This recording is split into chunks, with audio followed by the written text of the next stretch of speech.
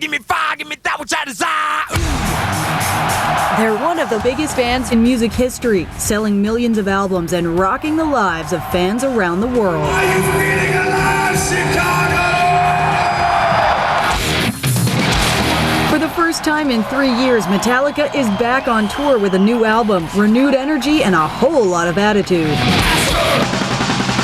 And the old men are out there kicking maximum ass. VH1 is hitting the road for a rare look at the very private world of these rock and roll icons. Crazy rockers with a bunch of money. We're hanging backstage with the band and their fans, both big and small, before another sold-out show. We'll check out the guys' pre-show rituals. Don't steal my underwear! And then ride shotgun on Metallica's tricked-out private jet. Guess who's been filming for you? So, here we go.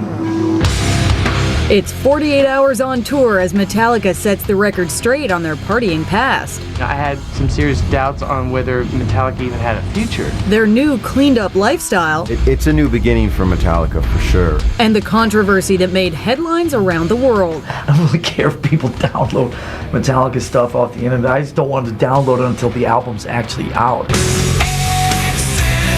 If you ever wanted to be a member of a band, this is your chance. This is success, man. This is VH1 All Access Spotlight Metallica. VH1, off.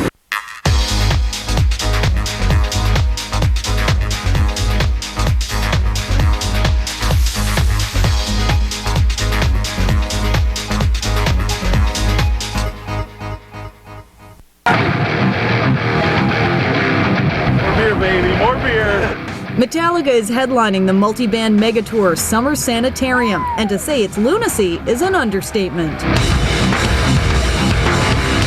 It seemed like a good idea at the time. It's Friday night, 6 p.m. at Chicago's Hawthorne Racetrack.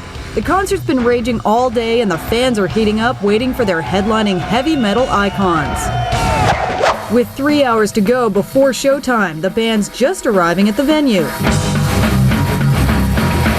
Gave me life, now show me how to live. It feels so good to be back on the road again. I feel like I'm doing what I was put on the earth to do. Once the guys arrive, they hook up with a few select fans. I'd say one of my favorite parts of the day is the meet and greet, where you get a chance to really say hello to some of the fans and really look them in the eye. Look how badass this is. Metallica, Master of Puppets. I don't even have this. Hey! While some fans seek a special autograph, the champion of the Micro Wrestling Federation shows James who's boss. What do you think of these guys, man? This is the best day of my life. The band is riding high and loving every minute of life on the road. There's a lot of kind of awareness of how fortunate we are and how just cool it is to 22 years later to be able to do this. Metallica first joined forces in the early 80s in Los Angeles. The band quickly became an underground hard rock sensation. Their heavy metal music fueled a well-earned reputation for heavy drinking and backstage mayhem. It used to be in the past I would just wake up and, go straight to the bar or whatever and just start drinking. As their popularity grew and the platinum records began stacking up, their partying intensified, earning them the nickname Alcoholica. Of course, we've had fun with most of the cliches and played them out and done all the crazy behind the music stuff. They had all the makings of a classic rock and roll saga. Do you all know Cliff Burton over here? Everyone, hi Cliff, how you doing? A bus crash in '86 took the life of bass player Cliff Burton. The infighting between members became notorious, and through it all, there was, of course, the booze. It's always been, don't think about it, just do it. And then worry about the aftermath later, Finally, in 2001, the roller coaster nearly went off the tracks. Bassist Jason Newsted left the band, and frontman James Hetfield checked into rehab. Never free, never me. With Jason leaving and James going into rehab, I mean, it was just Lars and I. All of a sudden there was just two of us. And that cast some pretty serious doubt on the band's future. While James struggled to gain control of his life, suddenly the hard-edged boys found themselves opening up in ways they never imagined. For the last 18, 20 odd years or so, we were a band that would not show any sort of like self-doubt at all. For the first time, we are comfortable talking about our insecurities, our vulnerabilities, our weaknesses. I mean, to the point of shouting about them from the rooftops. By early 2002, James emerged from rehab clean, re-energized, and ready to rejoin the band. Strongest Metallica's ever felt, really, and it's showing. The guys brought on Ozzy's former bassist, Rob Trujillo. The new Metallica then hit the studio to record Saint Anger, which debuted at #1 on the Billboard chart. So you don't see mine. Of course, we're playing with a lot of speed, we're playing with a lot of aggression, which is something that we did in the 80s. Taking my arms, taking my legs, taking my soul. We're taking that speed and that aggression and just taking it to a totally different place. It is kind of like a rebirth. It's kind of like a starting over, which is awesome because there's not a lot of people that get that chance again. How sweet does it get? In 1 hour, 40,000 ravenous fans will finally catch a glimpse of Metallica. But right now, a fortunate few get up close and personal with their heavy metal heroes. I'm Georgiana. Georgiana. Georgiana? All right. Have a seat. Have a seat. Kirk Hammett starts his pre-show prep, giving a guitar lesson to the lucky winner of a local radio promotion. Brand spanking new Kirk Hammett ESP. You know, I don't know how to play guitar. Oh, that's totally fine, I'll show you part of Nothing Else Matters. And it's so easy that you'll be able to play it just about any time you pick up a guitar. It's amazing how close they are to their fans. The fan club is huge, massive, and they really appreciate it. You're gonna go.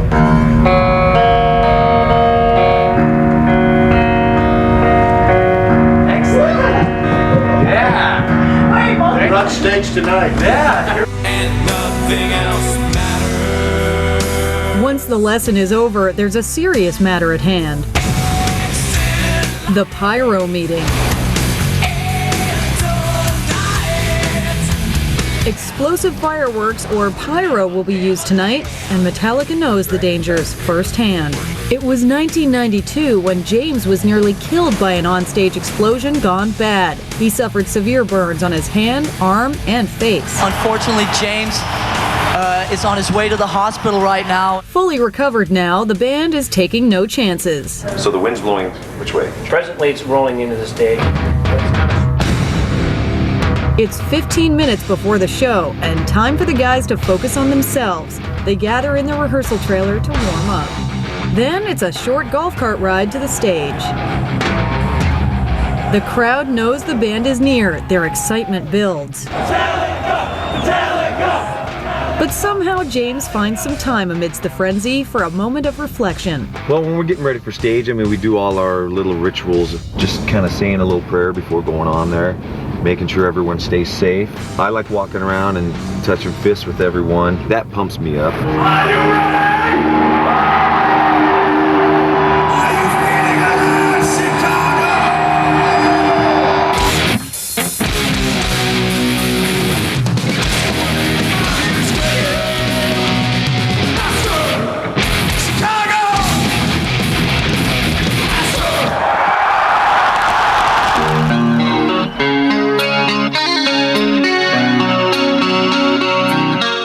For me, Metallica music is like running a marathon. So let's get something going. Your neck's got to be loose. Your legs got to be loose. You got to have the fluidity running through your blood.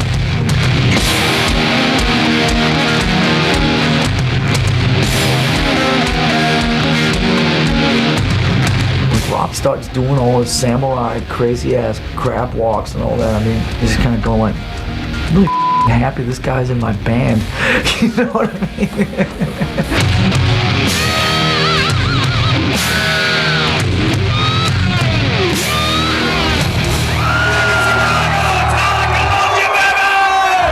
After 2 hours of pure adrenaline, the band is spent and the fans want more. Metallica #1, baby! But there's no time to hang backstage. Metallica's got to do it all again tomorrow in Minneapolis. Coming up, Are we gonna land or are we gonna crash land? it's a private flight on Air Metallica. Damn, dude. This is not your normal airline. And later, Metallica behind bars, the making of the Saint Anger video. It fit in perfect with my vision of the song and the lyrics. When VH1 All Access Spotlight Metallica continues.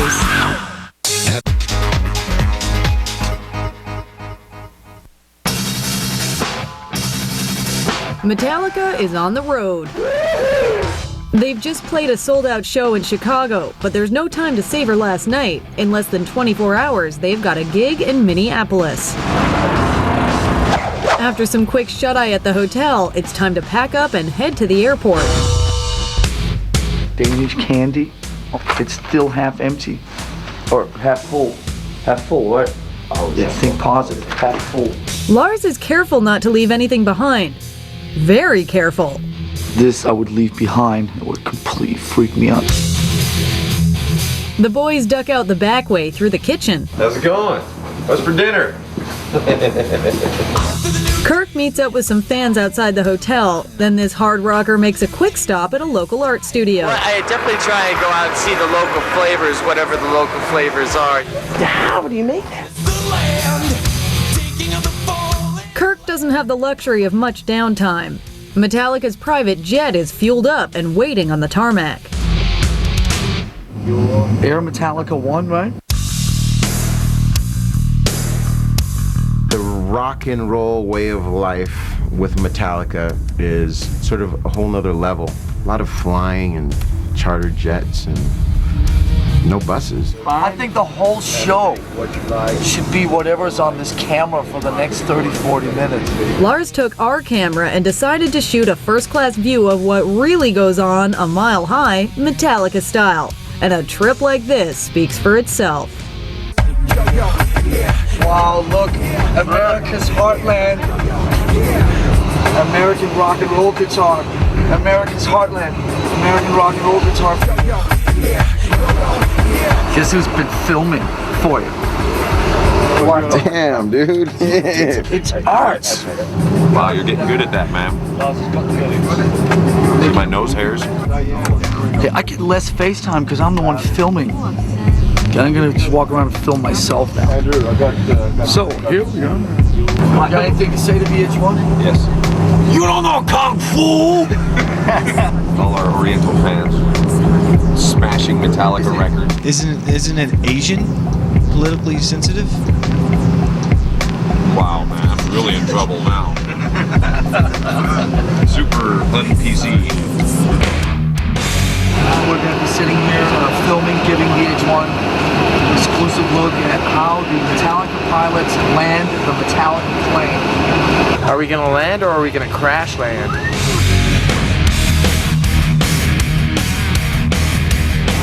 It sure beats the bus, man. You get them little hot towels, you know? It's like, this is success, man. Sign of success, hot towel, man. Wheels down in Minneapolis. The boys trade the jet for limos and head to the arena, where another 50,000 fans await. We are on our way to Minneapolis. Though they're behind schedule, the guys still find a little time for themselves. We have a guy who kind of stretches us and does a little more kind of physical kind of warm-up than we used to. Just get a little bit of a massage and a kind of a loosening up of the rotator cuff and some of this type of stuff. Limbered up, Lars takes off for a quick jog around the stadium. The thousands of fans tailgating have no idea that their idol is right in their midst. While Lars is pumping up, James is warming up. It was good to come in here and just plug in and get your chops up too for the show. But also to kind of relax and kind of play guitar to chill out too. There's a stack of guitars over there that some people brought by to try and sell to us. Oh, yeah. Crazy rockers with a bunch of money, you know. Oh yeah, I'll take all of those, dude.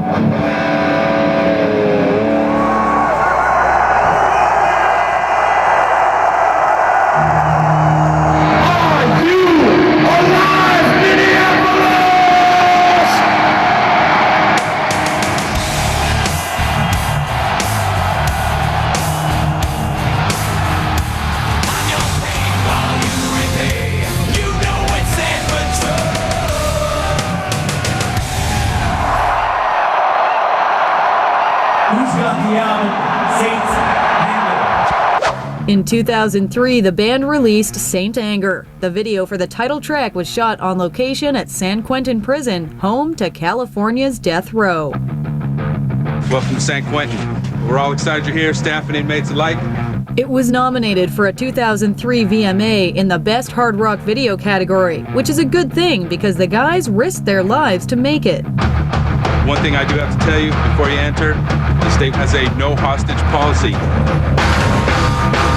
In the unlikely event that you are taken hostage, the state will not negotiate your release in exchange for the release of an inmate. Agree with that?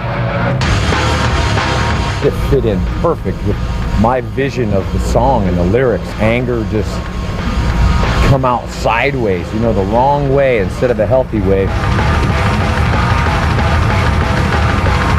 This is not the ultimate consequence, but in Death Row right over there is. It's basically about, you know, having regrets over what you've done in the past and, you know, finding a way to make amends. And it's so great to look these guys in the eyes and, you know, especially the lyrics to this song.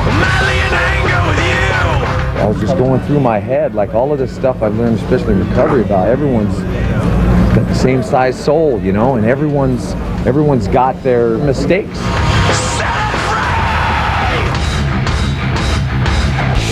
Coming up, another sold-out show draws to a close and the band is off to their next venue. Take care of yourselves, and don't forget Metallica loves you, friends. Thank you. And Metallica looks to the future and sets the record straight about their controversial past. I don't really care if people download Metallica stuff off the internet. I just don't want to download it until the album's actually out. When VH1 All Access Spotlight Metallica continues. For more exclusive footage of Metallica backstage and in concert, Kicking maximum ass. go to VH1.com.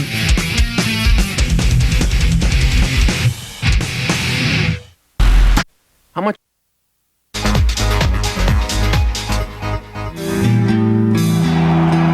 Metallica is on stage in Minneapolis. They're in the middle of a whirlwind sold-out concert tour.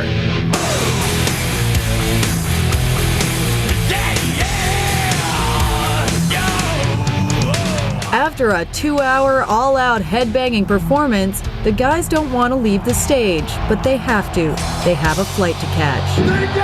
Take care of yourselves, and don't forget Metallica loves you, friends. Thank you.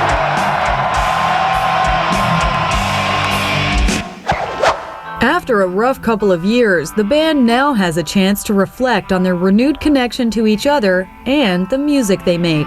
Everyone is just inspired to push it to the limit and be the best that they possibly can. And, you know, when you're in a situation like that, everyone wins. But before the band rides into the sunset, Lars wants to set the record straight on the whole Napster controversy. Okay, are we guilty of being control freaks? And fine, guilty. Metallica has never been greedy, and we've always given away a lot of stuff to our fans. In 2000, Metallica went to court to block the free service from allowing users to download tunes. Today, the drummer says his beef wasn't just about the money. It had to do with pirating unfinished music. This is not about Metallica and its fans. This is about Metallica and Napster. Some managers or something would probably not want me to say this, but I don't really care if people download Metallica stuff off the internet. I just don't want to download it until the album's actually out. You know, we were still working on this song called I Disappear, and it ended up on the internet and on radio stations before we were done with the song. It was really bizarre. With the controversy behind them, these former teenage rebels seem ready to embrace their current status as rock and roll icons. That's it. I'm just super thankful that I'm here and that we're doing all this. Still riding high after another successful show, the boys in the band plan to keep doing exactly what they've been doing all along, rocking with an attitude. Kick their ass. You guys, we're just gonna just keep on knocking doors down and just see what's behind all of them. What we're gonna do, I think, is gonna be different, but so strong and heavy and powerful and pissed off still.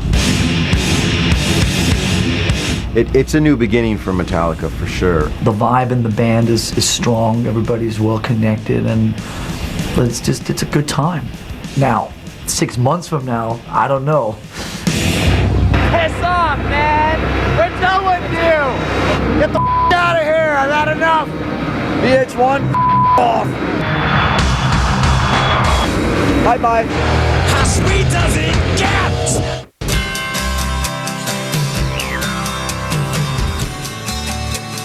Do you